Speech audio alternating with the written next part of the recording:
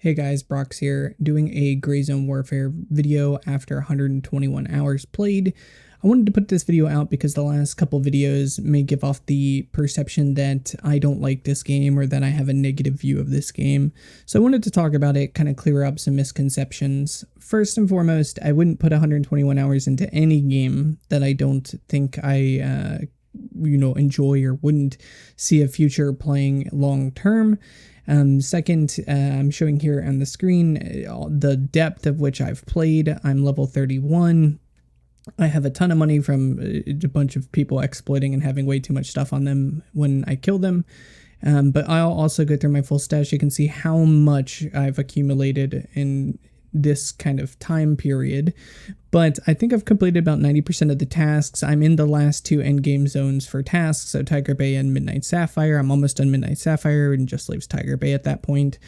I'm probably about 7 levels from max of where the task will generally put you when you're done. With that, I was going to wait and produce this video when I had completed the task and 100%ed the current content. And I've decided to make the video early because I've already come to the conclusion of what I think about this game. I realized it right around the 80-hour mark. I put an extra 40 hours in to see if that changed when I got to the endgame zones, and it really hasn't. My view on this game is pretty straightforward, and I wanted to talk to you guys about what I think, where I currently sit with this game, and where I see its future and hope to see its future. And that is that I think GrayZone Warfare has multiple personality disorder. I think it is trying to be two different games, and because of that, it is kind of a jack of two trades but master of neither.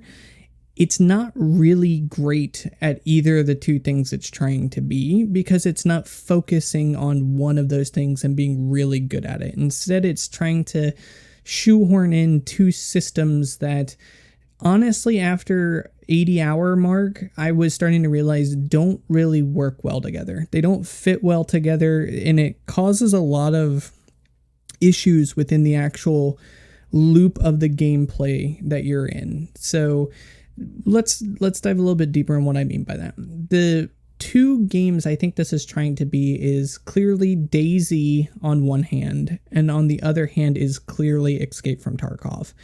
The problem that you have is they don't marry well together because Escape from Tarkov is this instanced raid looter extraction game where you go in, you have tasks, you try to loot specific items, and you get back out and you extract.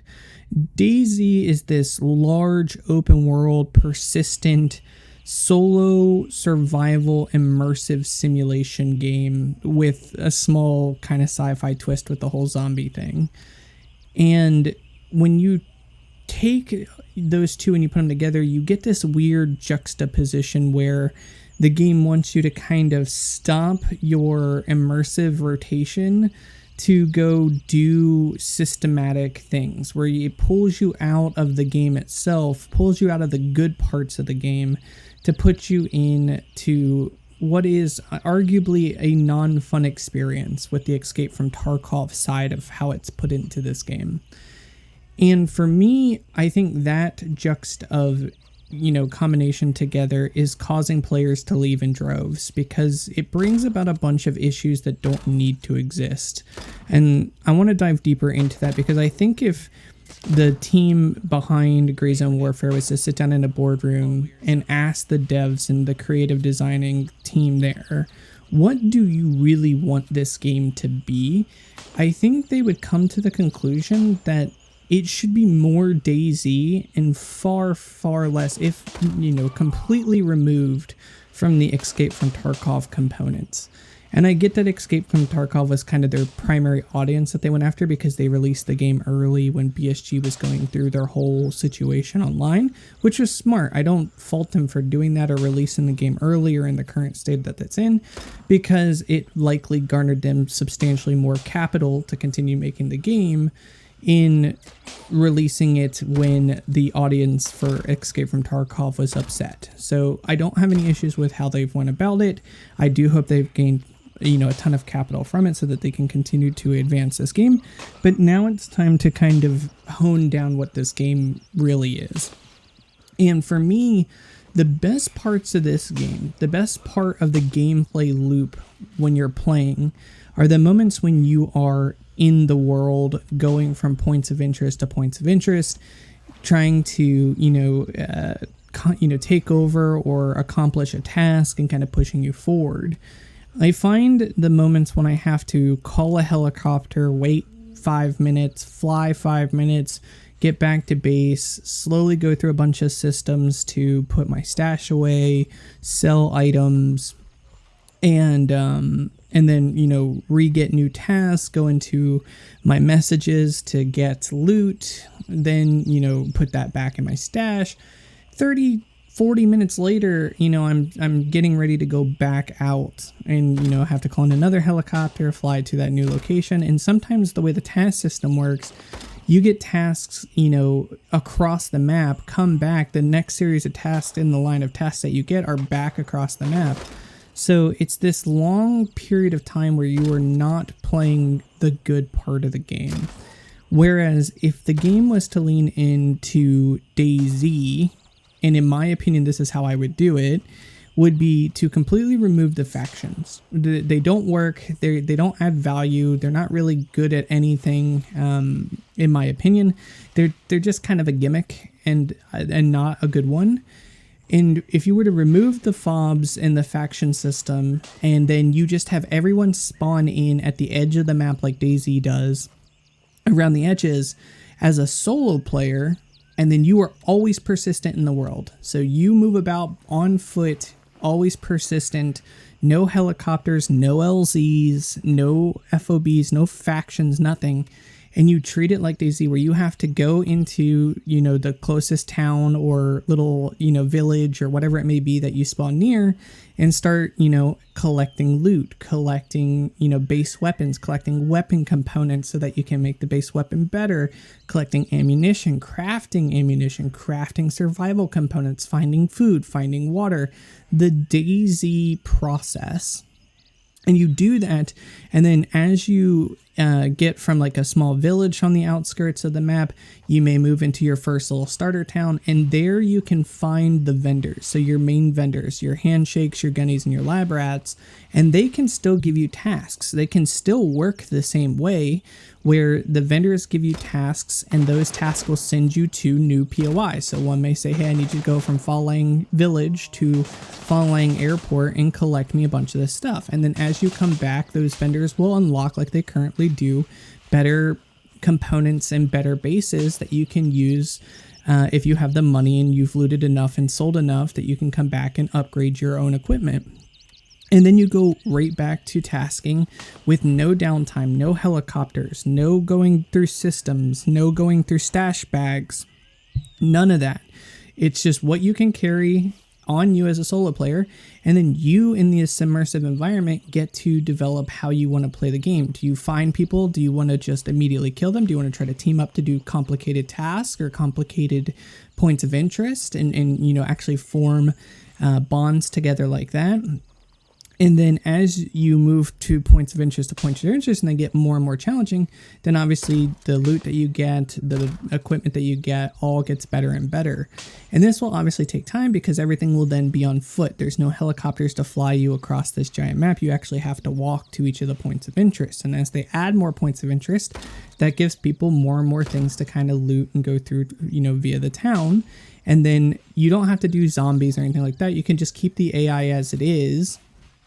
And have this just always on, always immersive world that people are in and people are playing. And then you could make, each server have like 64 players who are currently populating each, world that you're in, or whatever the server can handle to do that.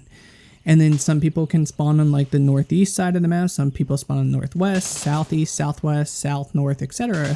And then they all kind of find themselves, over time, either by finding tasks in the same points of interest or, just naturally finding other players in the world. The reason I think this is a better option for the game to go than the Escape from Tarkov current systems is it alleviates a ton of the problems this game has. It alleviates downtime, it alleviates the camping, the LZs, the faction debacles, the team killing, the lack of loot in the world mattering. So like when you find gun components in the world right now, they're literally worthless. They're a few dollars, they're not worth selling, they're not worth using. So you can turn that into valuable assets without having to change anything about the game, right? Because now if you find, you know, a magazine with 30 bullets in it for an AK base that doesn't have a magazine yet, you can now use that AK, right? Like, so that becomes a valuable find in the world. If you find a muzzle brake or a scope or, you know, a red dot that you can equip to your gun and then craft and make your gun better as you're, you know, continuing to advance your character, that makes a better, just more immersive experience, and then you can take on more and more challenging locations. The other component here is that Escape from Tarkov has a ton of competition. With ABI right around the corner, a bunch of extraction shooters, Marathon around the corner, a bunch of failed ones that have, you know, come out and tried to do what Escape from Tarkov does, so like the Marauders, etc. It's a saturated market where no one has tapped into doing a modern day DayZ. And DayZ's biggest problem is the gunplay is bad, the zombies are bad, and the game is old. But here we have a game that has really good gunplay, decent you know, bones for, you know, good points of interest, good tasking, good enemy AI once they can sort it all out and get it all figured out, and a solid, like, large world environment that just needs more points of interest, and then better and better loot as you play, and then more survival mechanics as you play. So things like crafting clothes, crafting better boots, crafting, you know, whatever it may be, masks and helmets, etc. Then you have a game that doesn't have any competition, right? And nothing even close to like it, because the only thing that compares to it would be DayZ, and people have been clamoring for a better DayZ, like a modern, better DayZ. And I think this game accomplishes that in spades, but they have to lean into it. And if they don't lean into it, then they're not going to be good at either option. And you can already see it in the player count. People are just going to quit. Like, there's nothing keeping people intrigued or keeping people wanting to come back. The other cool part with something like the DayZ effect is you don't really have to do cycles or rotations or wipes where you reset everybody's tasks. You can just have server resets based on, you know, the feedback and the demand. So if you see that it took people a year to, you know, fully task out and do everything and become kind of Giga Chads, then you could server reset and have people start over at that point. You otherwise just let the persistent world be a persistent world. And if people die, they start back at, you know, in DayZ, the beach or whatever it may be. But in this case, the mountains, the edge of the map, and they start over. It also alleviates the problem with gear fear, where people are like, hey, I'm just going to fly back to my body in 2 minutes. Whereas now if you died 1,000 meters, you have to run that 1,000 meters to get back to your body to receive your loot. Or you lose it and you just say, okay, you know what? I'm just going to start over. I'm going to hit this small town. I'm just going to start collecting, building my loot again. So I think they should sit down and really ask themselves, do we want this game to be Escape from Tarkov? Or do we want this game to be more DayZ and immersive? Do we want our players in the world constantly doing things? Or do we want this juxtaposition where we want them to come back to the fob, do a bunch of systems stuff, and then go back out into the world where the gameplay is? And I think if they sat down and really asked themselves that question, they're going to find that the answer is that the fun part of their game is when you're in the world, not when you're in the base. And the sooner they can realize that and make the necessary changes to make this a better game, I think this game would explode, because there's nothing, there would be nothing like it. There would be absolutely nothing like a game this detailed, this level of weapon feel and like quality to the weapons, and then having the components and the survival and the always active component, no faction system, no helicopters, no LZs, and then have the vendors be in points of interest in the world that you can go to and get tasks, and then they level up. So every time you come back to the vendor, they may offer you better equipment and better base items as you constantly are going back and forth from POIs, never stopping the gameplay loop. It's a no-brainer to me. I honestly think they need to really sit down and look at the game and say the best part of our game is the DayZ part of our game. And the sooner they can do that, and the sooner they make that tough choice, then I think the sooner this game, you know, finds its own kind of foothold in the gaming industry, finds its own, you know, self in the world that we exist in games. So I think this game has incredible potential if they make the right choice. If they keep the game as is, as it currently sits today, I think it will fail. I think it is already failing. And I think that is proven every single day when more and more people quit in the thousands. Like every day that has passed from the 2 weeks that this game has been live, thousands and thousands of people quit every single day. And I think that's a problem. And it's a problem because the two personalities do not operate well together. And they need to see that. And I think they should pivot as soon as possible, because I think there is a massively masterwork of a game here with the right creative direction. So that's what I wanted to put out. I wanted to kind of talk about that with you guys today, and keep an eye out for the next video because I have more AI stuff I'm going to show off soon.